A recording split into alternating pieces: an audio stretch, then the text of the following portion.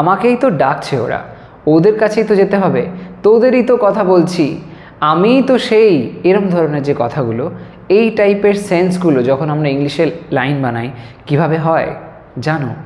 সেই বিষয়টা নিয়ে আলোচনা করার জন্য আজকের এই ভিডিও। তোমরা জানো যে আমি বেঙ্গলি লাইন্সের যে স্ট্রাকচার সেই মতন ইংলিশে লাইনগুলো কেমনভাবে হতে পারে তার উপরে আমি একটা ভিডিও সিরিজ কন্টিনিউ করছি। আজকে তার থার্ড ডে। আজকের এই ভিডিওর মধ্যে দিয়ে তোমরা বুঝতে পারবে ক্লেফট সেন্টেন্স কাকে বলে। ক্লেফট সেন্টেন্সের বিশেষ ব্যবহার করে অনেক সহজে আমরা লাইন বানাতে পারি, সেই বিষয়টাই আজকে আমরা দেখব। তো আজকে আমাদের এই ডে 3 ক্লাসে আমরা দেখতে পাবো এমন কিছু লাইন, যে লাইনের মধ্যে বিশেষ ধরনের এমন কিছু সেন্স দেখবে যেখানে বিশেষ কিছু শব্দ, যেমন ধরো ইট, দিস ইত্যাদি জাতীয় শব্দের ব্যবহার হবে, কিন্তু সেগুলোর অ্যাকচুয়ালি কোনো অর্থ আমরা লাইন থেকে খুঁজে পাবো না, মিনিংলেসভাবে তারা ব্যবহার হবে, কিন্তু তা সত্ত্বেও একটা প্রপার মিনিং দাঁড় করাতে বেশ বড় ভূমিকা নেবে। সেই বিষয়টিকেই আমরা বলি ক্লেফট সেন্টেন্স। সেটাই আমি এখানে তোমাদেরকে আজকে এক্সপ্লেন করব, এবং এই ধরনের লাইনগুলো বানানো যে কত সহজ সেটাই আজকে এখানে দেখিয়ে দেবো। প্রথম লাইনটা লক্ষ্য করো, তোমাকেই তো ডাকছি তখন থেকে। তো এই যে লাইনটা এখানে বলা হয়েছে তোমাকেই তো, এই যে তোমাকেই তো সেন্সটা আসলো, মানে তুমিই তো সে যাকে আমি ডাকছি তখন থেকে, এরকম একটা অর্থ। এই ধরনের লাইন থাকলে আমরা যে বিশেষ ধরনের ফরম্যাট অ্যাপ্লাই করি সেটাকেই বলা হয় ক্লেফট সেন্টেন্স। ক্লেফট সেন্টেন্সের শুরুতে আমরা ইট ব্যবহার করে লাইনটাকে লিখতে পারি। সেই ইটের অর্থ লাইনটার মধ্যে কিন্তু থাকে না, সে জাস্ট একটা সাপোর্ট হিসাবে কাজ করে। এখানে আমরা সেটাই দেখব। এই বিশেষ ধরনের স্ট্রাকচারটি শিখে নাও, তাহলে এমন ধরনের লাইন বানানো কিন্তু খুব সহজ হয়ে যাবে। তো একটা এখানে জোর দেওয়ার ব্যাপার আছে, তোমাকেই তো, এমন সেন্সে it is you. Okay, it is you, it is you, তোমাকেই তো ডাকছি তখন থেকে, মানে তুমিই তো সে যাকে আমি ডাকছি, এরকম একটা সেন্সে। তো এখানে যাকে অর্থটা লিখতে হবে, ইট ইজ ইউ হুম, যাকে এখানে ডাকছি মানে আমি ডাকছি, তাহলে আমি ডাকছি যখন বলছে একটা নির্দিষ্ট সময়কাল থেকে, তখন থেকে বলছে, তার মানে এই কাজটা একটা টাইম পিরিয়ড বোঝাচ্ছে। তো সেই সেন্সে আমরা প্রেজেন্ট পারফেক্ট কন্টিনিউয়াস টেন্স করব, যেহেতু তখন থেকে বলেছে, একটা নির্দিষ্ট সময় শুরু হয়েছে, তারপরে সেখান থেকে কন্টিনিউ হচ্ছে কাজটা, সেই সেন্সে।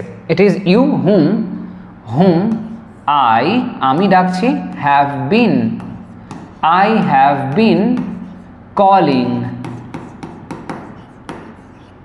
হুম আই হ্যাভ বিন কলিং, তখন থেকে। শুরুর সময়টা বলা আছে, তোমাদের আমি আগেও বলেছি শুরুর সময় বলা থাকলে সিন্স, যদি নির্দিষ্ট সময়কালটা বলে দেয় তাহলে ফর।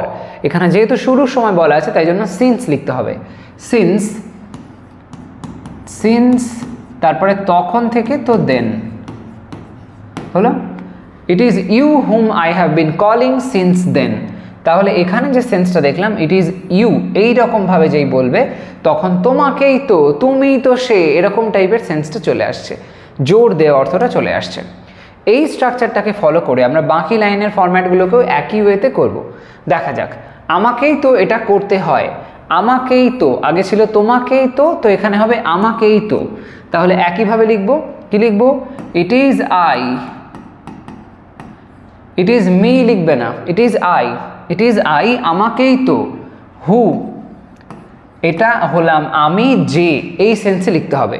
এটা করতে হয় বলা হচ্ছে, এরকম করতে হয় মানে এটা যেন একটা বাধ্যতামূলক ব্যাপার আসছে, এরকম সেন্সে আমাকে হ্যাভ টু ব্যবহার করতে হবে। এবার যদি বলো হু আছে তাহলে হ্যাভ টু কেন লিখবো, হ্যাজ টু লিখবো, কিন্তু আসল বিষয় হলো হু এখানে পয়েন্টটাই শো হবে না, এখানে কনসেপ্ট যেটা আসবে সেটা কিন্তু আই এর পয়েন্ট অফ ভিউ থেকে। তো সেই জন্য আমরা এখানে যেটা লিখবো ওই আই এর থিওরি অনুযায়ী লিখতে হবে, অর্থাৎ আই এর পরে আমরা হ্যাভ বসাই, তো সেই সেন্স অনুযায়ী আমরা এখানে হ্যাভ লিখবো, হু হ্যাভ টু দিলাম, ইট is I who have two, এটা করতে হয়, হু হ্যাভ টু ডু এটা, তো দিস লিখতে পারি, who have to do this. আচ্ছা, it is I who have to do this. তো এই যে সেন্সটা এখানে আই হলো, ইট ইজ আই, এর মধ্যে দিয়ে আমাকেই তো, এই সেন্সটা কিন্তু বোঝানো হয়ে গেল। পরের লাইনটা দেখো, ওরাই তো যাদের আসতে বলছি, ওরাই তো বলা হয়েছে, মানে এখানেও একটা জোর দেওয়ার ব্যাপার আসছে। একই প্রসেস করব, তাহলে কি করব, সেম থিওরি অনুযায়ী এবার ভাবা যাক। ওখানে কি হয়েছিল, ইট হয়েছিল, এখানেও ইট লিখব, তারপরে কি করব, ইজ লিখব, ইট ইজ, ওরাই তো যাদের আসতে বলছি বলা হয়েছে মানে প্রেজেন্ট টেন্স হচ্ছে, তাই জন্য ইজ আমরা লিখতেই পারি। ইট ইজ আই, ওরা মানে হয়ে গেল কি দে, সেটা লিখতে হবে। It is I they, them লিখবো না। ইট ইজ আই দে লেখার পরে যাদের আসতে বলছি হুম, হুম কথাটা ব্যবহার হবে। ইট ইজ আই হুম, আসতে বলছি মানে কে বলছে, আমি বলছি, এরকম ধরে নিতে পারি। তাহলে হুম আই অ্যাম, আসতে বলছি তার মানে প্রেজেন্ট কন্টিনিউয়াস টেন্স, তাই তো, বলছি, করছি, খাচ্ছি, যাচ্ছি, continuous, present continuous. Hmm I am, আসতে বলছি। হুম আই অ্যাম টেলিং, বলছি, টেলিং, টেলিং আসতে টু কাম, হলো hmm I am telling to come. তাহলে এখানে আসলো ইট ইজ দে, এই সেন্সটা। খেয়াল করো এই বিশেষ ধরনের কনস্ট্রাকশন, আমরা এর কোনোটাতেই কিন্তু ইটের কোনো অর্থ পাচ্ছি না। ইট কিন্তু এখানে একরকম কোনো মিনিং দাঁড় করাচ্ছে না। ইট মানে ইহা বা এটা, কোথাও কি এটা সেন্স আমরা দেখতে পাচ্ছি লাইনে লেখা নেই। বলতে পারি যে এটা হয় তারা, এরকমভাবে বলতে পারি, কিন্তু বলা তো হয়নি, এরকম বাংলায় আমরা বলতেই পারি। তখন কি করব, সেক্ষেত্রে লাইনটা এরকমভাবে আমরা ট্রান্সলেট করতে পারি। ওকে, তো যাই হোক, এবার নেক্সট কনসেপ্টে এসো, দেখো কি বলছে ওইটাকে।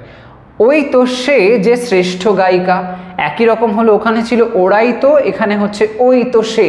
তো সেই সেন্স থেকে লিখলে ওই তো সে, এখানে যেহেতু গায়িকা বলা হয়েছে তার মানে ফিমেল সেন্সে শি লিখবো আমরা। তো প্রথমে লিখবো ইট, তারপরে ইজ, একইভাবে লিখবো শি, ইট ইজ শি।